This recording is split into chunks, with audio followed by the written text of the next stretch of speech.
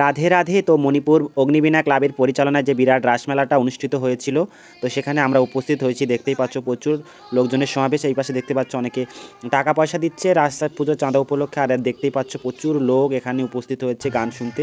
তো কত সুন্দর এখানে গান হচ্ছে, আর এদিকেও প্যান্ডেলটা খুব সুন্দরভাবে সাজিয়েছে। তো এবার দেখা যাক আমাদের রাসমেলায় কী কী ঠাকুরগুলো আছে। খুবই সুন্দর ঠাকুর বানিয়েছে, দেখতেই পাচ্ছ ঠাকুরগুলো একদম পুরো অতুলনীয়, প্রশংসার যোগ্য। দেবী দুর্গার আবির্ভাব, তো দুর্গার আবির্ভাব তো দেখতেই হবে এখানে। তো খুবই সুন্দর দেখতে পেলে দেবী দুর্গার আবির্ভাব। এবার দেখতেই পাচ্ছ যে শ্রীকৃষ্ণের মূর্তি, কৃষ্ণ ও রাধে রয়েছে, শ্রীকৃষ্ণের যে ঝুলন যাত্রার।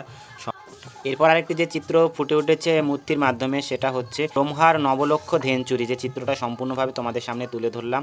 এর পরবর্তীকালে আস্তে আস্তে চলে আসছে যেটা হচ্ছে গোবর্ধন পর্বত, যে কৃষ্ণ গোবর্ধন পর্বতে সবাইকে রক্ষা করেছিল, তার চিত্রটা আমি। তো বন্ধুরা, এত পরিমাণে ভিড় হয়েছে, আমার ভিডিও তুলতে খুব অসুবিধা হচ্ছে। তো এবার চলে আসলাম স্বরগোস্বামী। তো চৈতন্যদেবের মূর্তিগুলো চারিদিক থেকে যে রয়েছে সেগুলো দেখতেই পাচ্ছ। আর এই পাশে দেখতেই পাচ্ছ যে রাধার সখীরা স্নান করতে গেছিল, তারপরে যে বসন চুরি করেছিল তার চিত্রগুলো। এবার দেখতেই পাচ্ছ সমস্ত যে কৃষ্ণ ভক্ত যারা এসছে সব গান শোনার জন্য শয়ে শয়ে এখানে এসে হাজির হয়েছে। তো বন্ধুরা, যারা যারা হরে কৃষ্ণ পছন্দ করো অবশ্যই তারা হরে কৃষ্ণ বলে আমার কমেন্ট বক্সে জানাবে। আর যেটা মূল মূর্তি রয়েছে যেটা,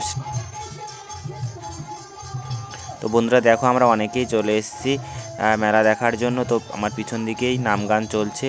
তো নাম গান এবার দেখা হয়ে আস্তে আস্তে আমরা চলে আসছি বাইরের দিকে। তো দেখা যাচ্ছে কতগুলো পুচকি পাচকি ওরা চন্দনের ফোঁটা দিচ্ছে, এবং কত সুন্দরভাবে চন্দনের ফোঁটা আমাদের দিচ্ছে একে একে। আমরা সকলেই নিলাম, দেখতেই পাচ্ছ সবুজ এলো, সকলে মিলে চন্দ্রের ফোঁটাগুলো নিল।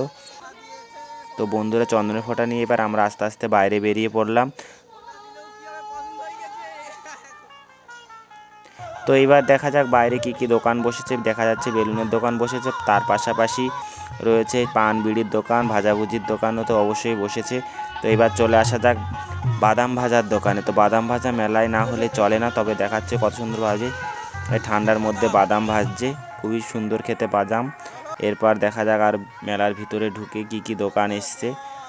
তো আমরা সকলে হাজির হয়েছি, দেখতেই পাচ্ছ কত সুন্দরভাবে মেলাটাকে সাজিয়ে রেখেছে। না রং বেরঙের বল খেলনা চারিদিকে রয়েছে, আর এই বলগুলো বাচ্চাদের খুবই পছন্দ। ছোট ছোট বাড়িতে যারা বাচ্চা আছে তারা এইগুলো খেলতে পছন্দ করো। আর লাইটিংগুলোও করেছে খুবই দারুণ, দেখতেই পাচ্ছ রাধা কৃষ্ণের যে মূর্তিগুলো সুন্দরভাবে রয়েছে। আর একটা মূর্তির দোকান রয়েছে এখানে চারদিকে, যারা যারা মূর্তি কিনতে পছন্দ করে দোকানে এসে মূর্তি কিনে নেবে। আর একটা দেখা যায় বাচ্চা ওর বাবার সাথে চলে এসেছে সোনপাপড়ি নিয়ে, খুব সুন্দর দৃশ্য দেখতে পেলাম। তো বন্ধুরা, আমার ভিডিওটা কেমন লাগলো সবাই একটু কমেন্ট বক্সে হরে কৃষ্ণ বলে জানাবে। আর এরপর চলে আসলাম মিষ্টির দোকানে। তো এখানে দেখা যাচ্ছে যে জিলাপি, মেলায় গেলে জিলাপিটা কমন সবার ভাগ্যেই থাকে। তো জিলাপি খেয়েটে আমরা অবশেষে বাড়ি আসার জন্য হাজির হলাম। তো ভিডিওটা কেমন লাগলো সকলে শুভ